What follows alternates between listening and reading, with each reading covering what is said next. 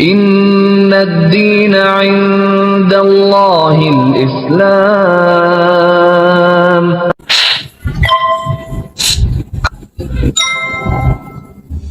Dari awal saya kenal itu sih, dia bukan punya harta, ndak ganteng, ndak tampan, ndak apa, ya itu kebaikan. Kayak saya kan dari kecil kan memang sudah di asrama suster. Tinggal di asrama itu kan dididik sedemikian rupa, sudah paham betul. Hari Minggu dia bilang, "Dek, ndak ke gereja." Waduh, baik sekali orang ini, saya pikir. Saya bukan karena harta dengan Pak Rani, karena saya melihat sikapnya kepada orang tua, dia sangat sopan, sangat menghargai. Dan sampai hari ini Pak Rani ndak pernah berubah. Dia selalu perhatian dengan saya. Dia selalu saya itu seperti dia diratukan oleh dia. Saya malah tidak pernah beri kejutan-kejutan manis untuk dia. Dia yang sering. Suami saya jadi imam, saya di belakangnya. Anak-anak masih kecil ikut berdoa. Ini momen yang paling membahagiakan. Kan belum pernah saya lakukan sebelumnya. Yang namanya adalah Ibu Liberia. Ibu Liberia. Ini dulunya adalah mualaf. Nah ini teman-teman, kalau mualaf itu adalah orang yang hatinya lembut kepada Islam tetapi belum masuk Islam. Itu adalah arti sebenarnya dari kata mu'alaf. Nah, setelah mereka masuk Islam, status mereka bukan mu'alaf lagi tapi adalah mukmin. Dan Ibu Liberia ini adalah dulunya adalah non muslim. Iya. Gitu. Dan profesinya adalah seorang Guru bahasa Inggris. Guru bahasa Inggris. Nah, ini penasaran karena setelah saya riset ini ada kisah yang cukup unik dari Ibu Liberia. Saya aslinya dari daerah Sejiram. Sejiram? Ya, di situ memang hampir 100% Katolik ya penduduknya. Hampir 100%. Hanya pendatang-pendatang seperti polisi, petugas-petugas TNI saja yang ada agama lain selain Katolik. Saya berasal tepatnya kampung saya itu adalah Empriang, Kecamatan Sebruang, Kabupaten Kapuas Hulu. Saya etnis Dayak Suai, ngambil kuliah pada di Universitas Tanjung Pura. Saya memilih Fakultas Keguruan dan Ilmu Pendidikan. Karena saya tertarik awalnya karena dari orang tua saya memang seorang guru. Dia kepala sekolah waktu di SD. Kemarin Ibu pernah cerita kepada saya bahwa orang tua Ibu ini juga aktif ya Bu ya. Iya. Aktif di pembinaan agama Katolik. Oke, baik. Dan berarti Ibu ini dididik nih dari lingkungan agama yang bagus, yang taat Iya, ya. betul sekali. Terus kenapa Ibu mau tertarik masuk Islam dan ketika momen apa Ibu masuk Islam? Ceritanya panjang ya Pak ya. Awal saya perkenalan dengan suami saya sekarang, Abdurrani, pada tahun lupa saya 92. Saya dilamar oleh Pak Rani. Waktu itu belum langsung saya masuk Islam Pak. Masih beberapa tahun saya bertahan dengan agama saya. Belum tergerak hati untuk masuk Islam. Begini, setelah saya melihat Pak Rani di dalam keluarga itu setelah kurang lebih 5 tahun ya Pak ya. Saya lihat Pak Rani itu tidak pernah memaksa saya untuk pindah, tidak sama sekali. Dia malah mengantar saya ke gereja. Terus dia rajin sekali sholat, saya perhatikan. Terus anak-anak saya terutama si Faisal ini, ya masih kecil waktu itu ya, umurnya baru 2 tahun ya. Dia bilang, "Mak, saya mau ikut Bapak sholat. Saya tidak mau ke gereja." Berarti pada saat Ibu awalnya menikah masih masing-masing dulunya pertama dengan agama masing-masing. Iya, tetapi saya yang memutuskan, bukan dipaksa sama suami saya, tidak sama sekali. Nah, terus saya izin dengan orang tua. Saya belajar juga diam-diam bagaimana Islam. Terus saya lihat salah satu itu ada kalimat yang membuat saya bukan terpaksa sih, seolah-olah kalau masing-masing itu seperti jina. Itu membuat saya, itu awalnya. Terus saya lihat suami saya rajin sekali sholat, kalau puasa gitu. Saya mikir, kok sedih sekali ya, seperti itu. Itu awalnya. Terus anak saya yang kecil tuh ngomong, "Mak, kok ke gereja?" "Iya Nang, ini kepercayaan Mama." Gitu. Tapi Pak Rani tidak pernah memaksa. Setiap ini hari Minggu dia bilang, "Dek, tidak ke gereja." Waduh, baik sekali orang ini, saya pikir. Setelah kurang lebih 5 atau 6 tahun baru Ibu tergerak hatinya. Tergerak sekali dan saya memutuskan, saya izin dengan orang tua, izin memang, tetapi mereka tidak menghadiri. Waktu itu di Smitau. Proses syahadat ya? Iya, saya mengucapkan kalimat syahadat waktu itu saya udah izin dengan orang tua, tetapi tidak mungkin lah mereka hadir di situ kan, saksinya tidak mungkin, tapi mereka bertanda tangan. Memang saya belajar dari hal yang kecil ya Pak ya, saya memang belum tahu yang terlalu panjang kan. Itu dari yang pertama cara sholatnya yang saya tertarik. Dia mulai dari ya tanpa kita menyinggung agama lain ya Pak ya. Ya. Saya lihat bersih sekali ya. Mau berdoa menghadap yang maha kuasa saja harus ini tata caranya menghadap kiblat gitu. Yang pertama saya pelajari.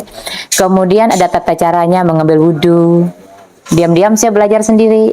Saya beli buku waktu itu. Buku Buku tentang apa? ini bagaimana tata cara sholat. Oh, tentang cara sholat. Iya, saya beli diam-diam. Suami saya tidak tahu. Saya simpan di bawah kasur.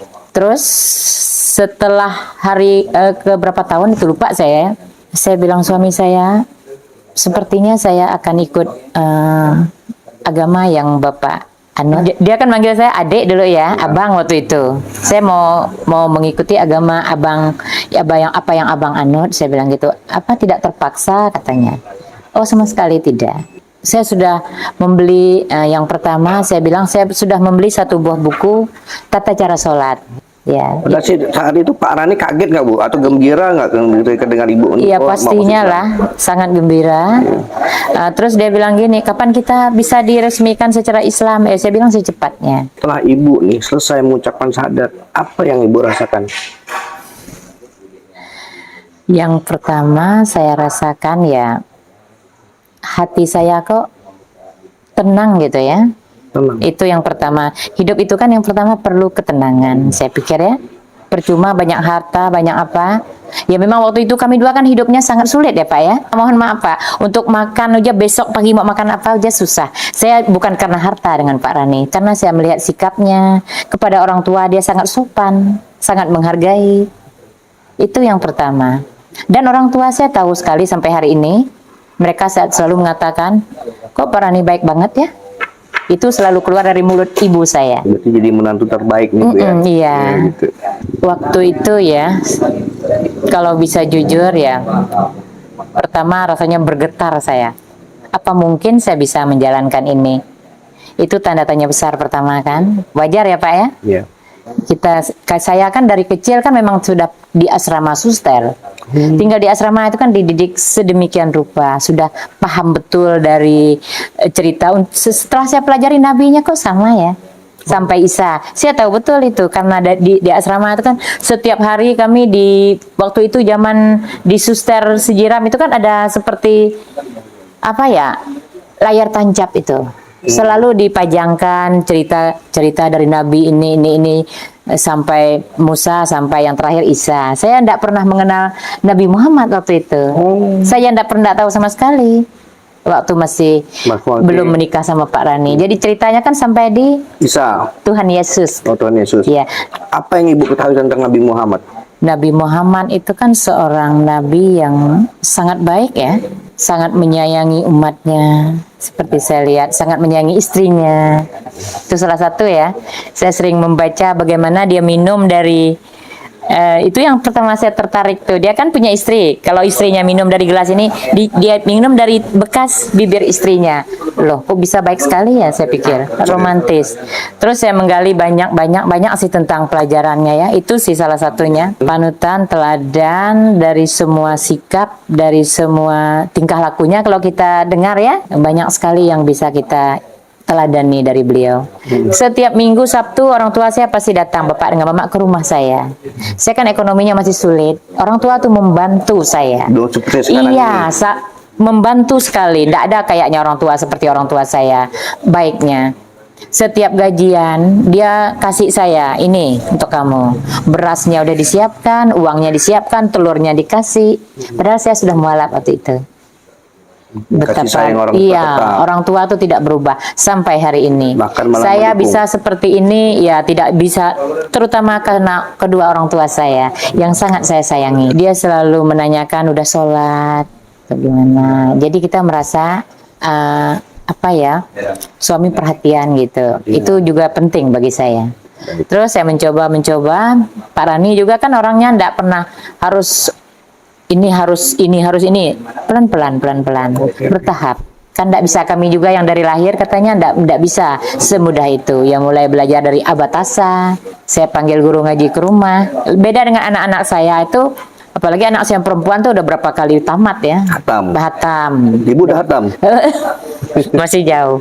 Ya. Tapi sering belajar. Tapi sering berusaha berikhtiar untuk ini ya, belajar Bu ya. Tadi kan Ibu bilang bahwa Bapak aktif di pembinaan di agama sebelumnya. Iya. Apakah dulu ada pertentangan nggak dari orang tua? Kalau orang tua saya sih dalam keluarga saya tidak terlalu ya, mungkin dari yang eksternal. Oh, dari luar. Dari luar. Itu banyak sekali lah. Banyak sekali, Pak. Katanya sekolah tinggi-tinggi kok pindah agama. Menyedihkan. Tapi bukan keluar dari orang tua saya. Orang tua selalu membela saya. Jangan setengah-setengah. Itu pesan orang tua saya. Istilahnya nyebur ya nyelam sekali.